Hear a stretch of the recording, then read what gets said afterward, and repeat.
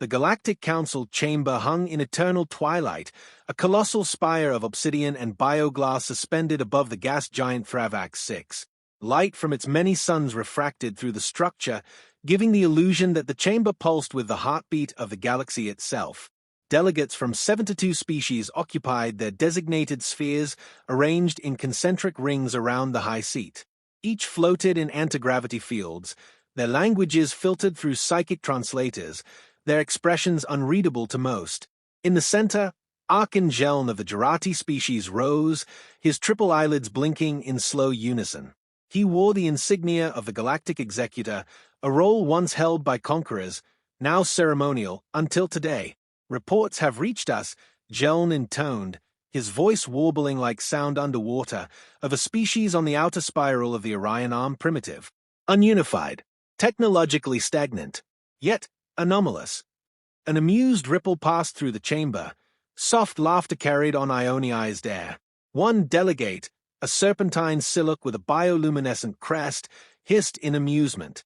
Another savage rock, no doubt. Will this one bite its leash too? Geln ignored the mirth. Our scouts dispatched a bio-vessel to conduct retrieval of local fauna. Simple classification, no conflict expected. The vessel returned, damaged. 3 crew dead. 1 missing. Internal records corrupted. Except one. A screen flickered to life, displaying grainy footage from a bodycam inside the bio-vessel's containment deck. The video began innocently, an alien technician, delicate hands manipulating a containment pod. Inside, a compact quadruped paced restlessly. That is the creature, Geln said. Small, someone noted. Ugly, another added. Watch. The pod opened. The technician turned to adjust the atmospheric settings. In less than a second, the animal exploded from the pod in a blur of black and gray, latching onto the alien's face. Screams. Blood sprayed against the camera lens. What followed was chaos, alarms, disoriented movement, claw marks across multiple surfaces. The creature was seen tearing through an air vent and vanishing. Later footage showed alien bodies slashed open, doors torn at the hinges, and a final shot. The animal perched atop a console, eyes catching the light, then darkness. Silence returned to the council chamber. Species designation. Geln asked, Terran origin. Common name, honey badger. Another delegate, a crustacean like Varnick, snorted. That's what you interrupt council proceedings for? A rodent with anger issues. It resisted stun fields, adapted to containment, and evaded biometric scanning. It learned our ship's layout in hours. It ate through a fire suppression pipe to escape. A younger counselor, cloaked in cyber-silken arrogance, leaned forward. We've tamed oceans of fire, silenced war gods, and absorbed civilizations with minds greater than this planet's total biomass. And you fear an angry mammal. I do not fear it, Geln said quietly. I acknowledge it. Eyes turned toward the Earth sector hologram now glowing on the floor. Another voice chimed in, this one dry, meticulous. Counselor Drevik of the Shulfari, a species of sentient gas inhabiting containment suits. Perhaps it is not the creature itself that matters. Perhaps it is what created it. You assume it to be wild. But the way it attacked, targeted systems, used deception, those are learned behaviors. Murmurs resumed, slower now, more thoughtful. Are you suggesting, asked the Varnick delegate, that this honey badger was trained? I am suggesting, Drevik said, that Earth may not be as primitive as we believe. And if that is true, the presence of such an animal is not an anomaly, it's a message. Meanwhile, on Earth, in a region marked only as Zone 9 a storm boiled above the Congo Basin. Rain lashed against a camouflage canopy of steel and foliage. Beneath it, Dr. Lena Miles adjusted the calibration of a neural interface, her fingers dancing across an augmented control surface. Subject 31 is showing elevated aggression, said a voice through her earpiece. Good, she replied. I want it at maximum volatility. Through the reinforced observation window, the honey badger paced its enclosure. Its muscles were denser than any natural equivalent. Its claws had been reinforced with a carbon lattice mesh. Neuroplasticity enhancements allowed it to retain pattern recognition after mere exposure. And it remembered everything. Uploading synthetic scent markers now, she said. Let's see if he still associates the alien pheromones with a threat. A moment later, the creature froze. Its nose twitched once. Then it charged the wall, smashing into it so hard the shock sensors blinked red. Confirmed, said the assistant. Conditioning is stable. Behavioral targeting successful. Dr. Miles smiled grimly. Project Umbra is operational. Back in the council chamber, a decision had been made. We will proceed with diplomatic overture, Jean declared. A show of goodwill. Let us see how Earth responds when met with peace, not fey. Peace, murmured Drevik, is often the mask worn by those preparing for war. 2 weeks later, the peace vessel Nerutel *** descended into Earth's atmosphere under full stealth cloak, guided toward a remote area in the African rainforest. The goal: make first contact, gather new specimens, and assess the local intelligence level.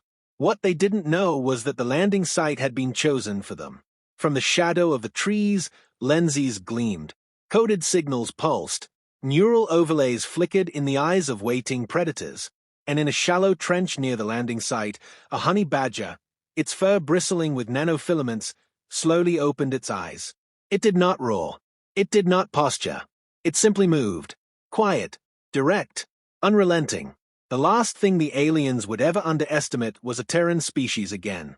The Nerutel never sent a transmission. It entered Earth's atmosphere silently and was never seen again.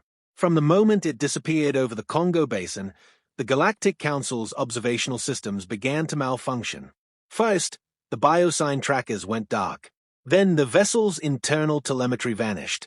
30 minutes later, a scrambled distress signal was received, 6 seconds of garbled alien language, overlapping screams, and one clear Terran word, filtered through their own translator. ***run. Arcangel leaned forward in the high seat as the signal ended. No further updates followed. No wreckage found.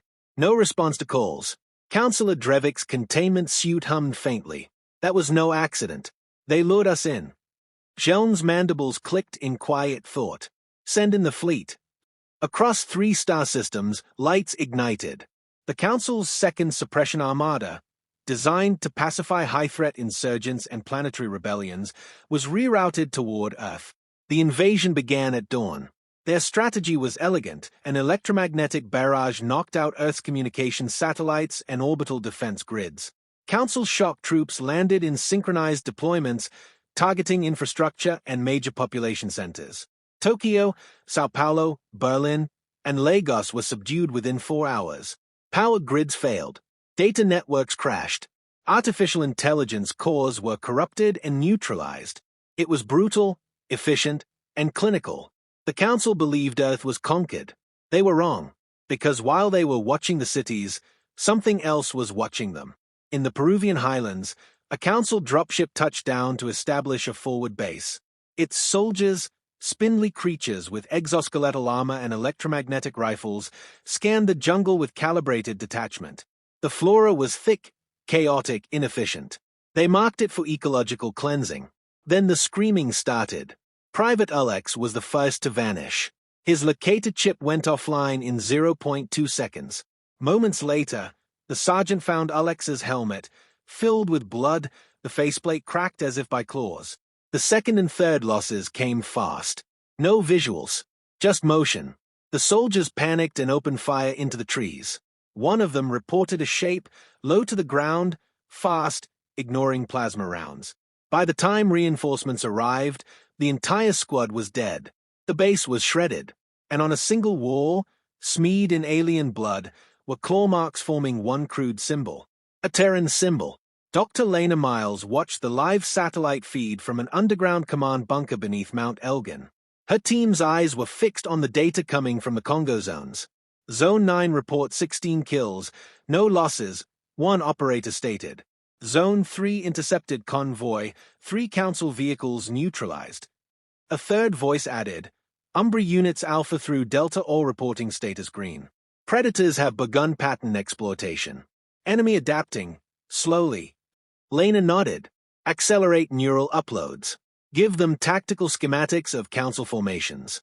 focus on ambush points and armored vulnerabilities.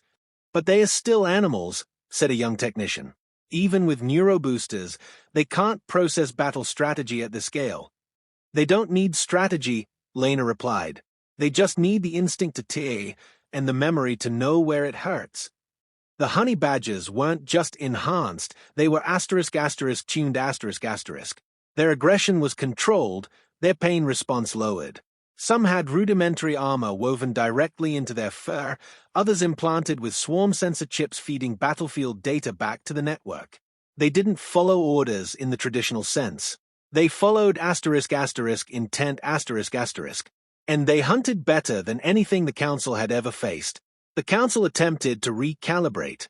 Troops began wearing pheromone blockers, deploying heat decoys, and using sonic repellents. It slowed the badgers, briefly. Then came the aviation kills ***.